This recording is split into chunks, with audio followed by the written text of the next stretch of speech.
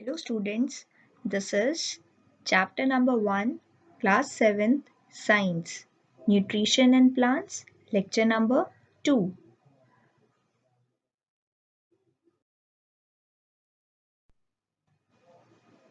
In this video, we will be covering topics number 1, green leaves, number 2, stomata, number 3, heterotrophic mode of nutrition in plants.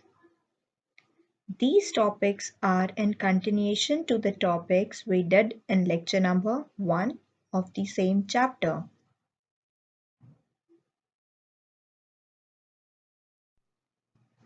Let us first of all look at green leaves.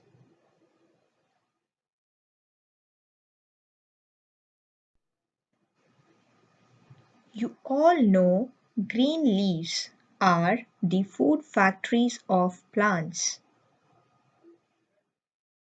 Photosynthesis occurs in green parts of the plants, mainly in the leaves. The structure of the leaf shows following features that make it suitable place to carry out photosynthesis efficiently. Number 1. The leaves are flattened to have large surface area to obtain maximum sunlight. Number 2. They are thin to allow sunlight to reach to all the cells of leaf.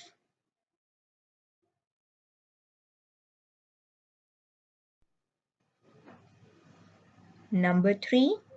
They have large air spaces between the cells to allow carbon dioxide to enter.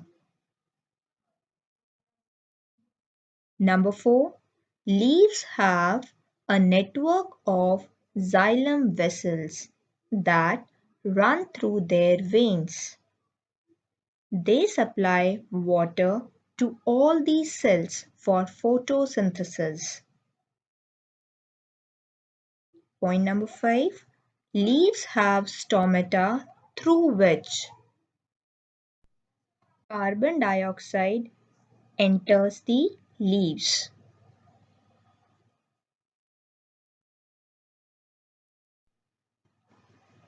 Now, let us learn about stomata. Alright, so first of all, let us see what is stomata. The stomata are the pores found in the epidermis of leaves, stems, and other organs that facilitates gas exchange in plants. The pores are bordered by a pair of specialized cells known as guard cells that are responsible for regulating the size of the stomatal opening.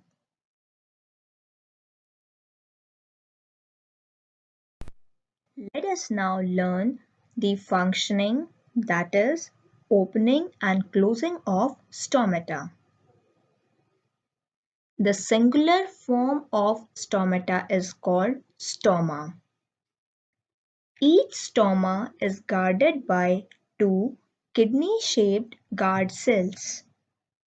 At the time of photosynthesis, stomata opens by the swelling of these guard cells and let the carbon dioxide from atmosphere enter the leaf and side by side releases oxygen formed during photosynthesis.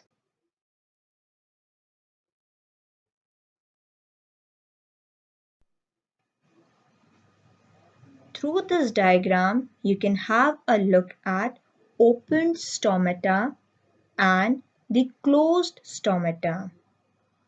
Carbon dioxide from atmosphere is getting in, whereas oxygen and water molecule are releasing out.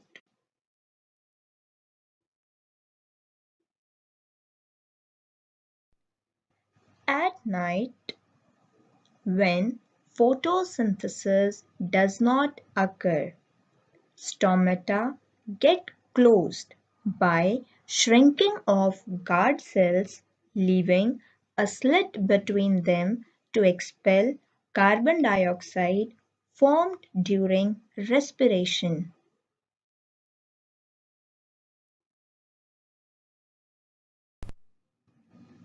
We can clearly see during day stoma open as both the processes photosynthesis as well as respiration takes place, whereas during night stoma closes as just respiration takes place. You can clearly see the swelling and shrinking of the guard cells.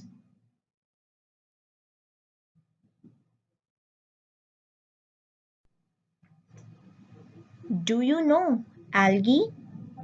Algae are green in color as they contain chlorophyll, which gives them the green color. Algae can also prepare their food by the process called photosynthesis.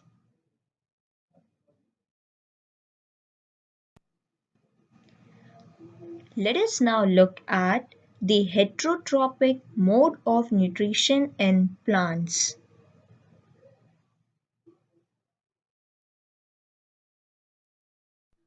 Non-green plants like fungi, some bacteria, and some flowering plants are without chlorophyll.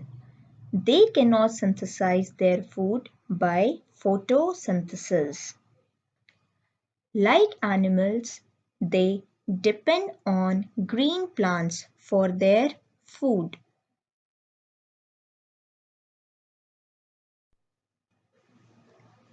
Heterotrophic nutrition.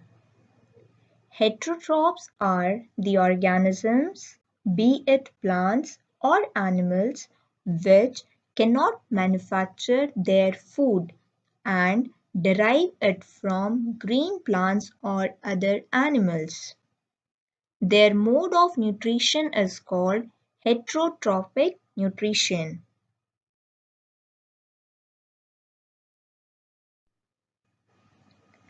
Let us now learn about the different types of heterotrophic plants.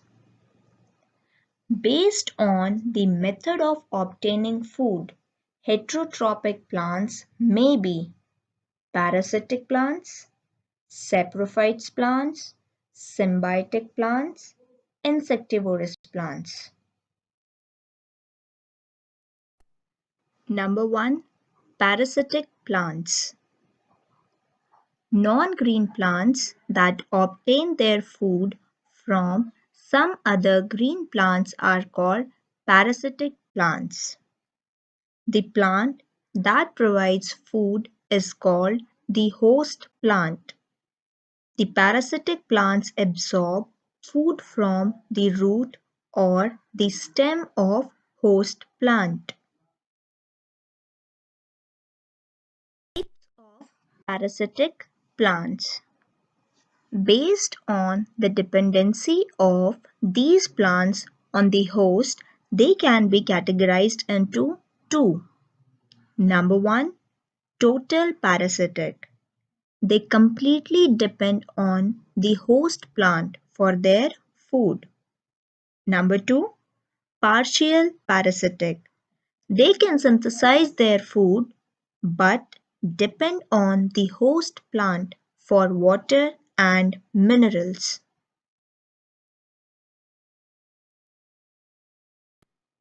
Let's have few examples of parasitic plant. The first category, total parasitic. Examples, Dodder cuscuta or Apodenthus. Example of partial parasites. Mistletoe is a partial parasite on mango and mahua plant.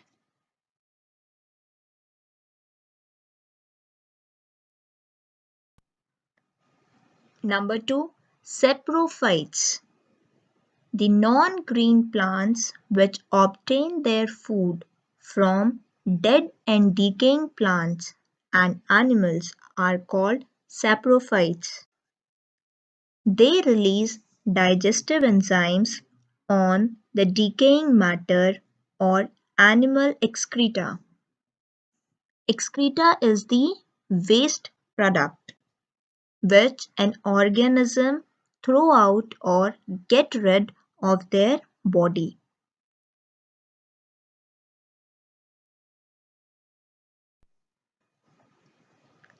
These digestive enzymes break down the complex compounds into simple ones. These simple compounds are then absorbed by the saprophytes.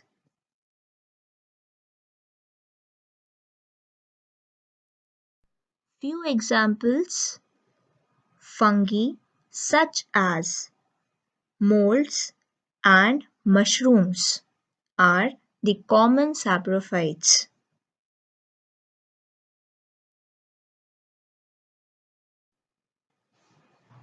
Number 3, symbiotic plants.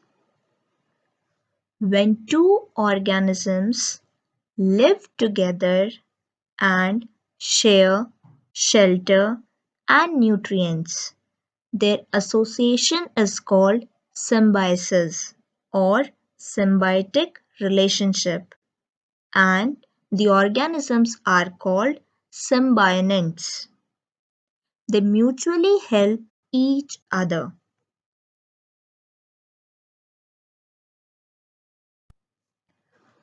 Let us look at few examples. Number 1, lichen. Lichens are symbiotic organisms in which an alga and a fungus live together and derive nutrients from each other. The alga is green and autotroph. It makes food for both by the process photosynthesis. The fungus provides shelter, water, and minerals to alga for preparing food.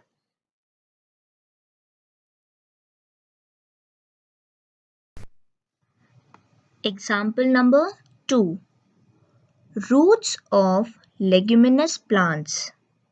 Few examples of leguminous plants are gram, moong, urad, peas, beans, etc. have nodules. A bacterium called rhizobium lives in these nodules and convert atmospheric nitrogen into soluble nitrates. These nitrogenous compounds are used by leguminous plants. Rhizobium cannot make its food. It gets its food from the plant. From this diagram, you can see nitrogen from air is taken by the rhizobium, which are present in the nodules of leguminous plant. Rhizobium supply the nitrogenous compounds to the plant, whereas the plant supply the photosynthesis product to the bacterium. Hence, leguminous plants and rhizobium have a symbiotic relationship.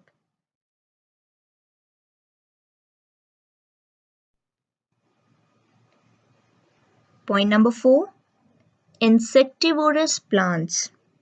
Insectivorous plants are green plants.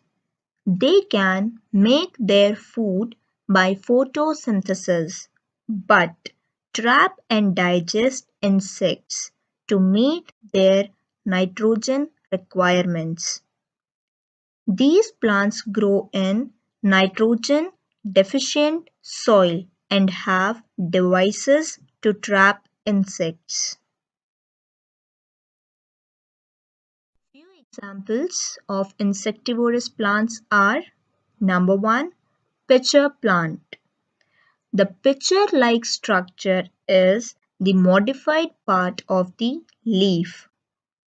The apex of the leaf forms a lid which can open and close the mouth of the pitcher. Inside the pitcher there are hairs which are directed downwards. When an insect visits the pitcher for nectar, the lid closes and the trapped insect gets entangled into the hair. The insect is digested by the digestive juices secreted in the pitcher.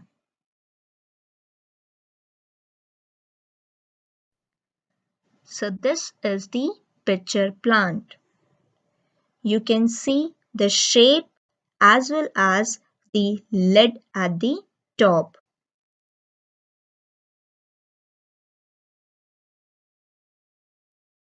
Second example, Venus flytrap.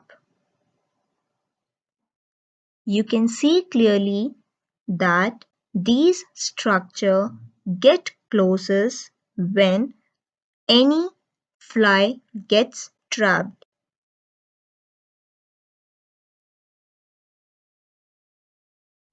Third example, sundew. This plant is also an insectivorous plant. At this, we come to the end of lecture number 2. It's your turn to do the homework now. The first set of questions is of multiple choice. In these questions, you have to select the most appropriate option as per the question asked. Question number 1. Amar bale is an example of A. Saprotrops, B. Autotrophs, C. Parasites, and D. Host. Question number 2. The plant which traps and feeds on insect is option A. Cuscuta, option B. China rose, option C. Pitcher plant, option D. Rose.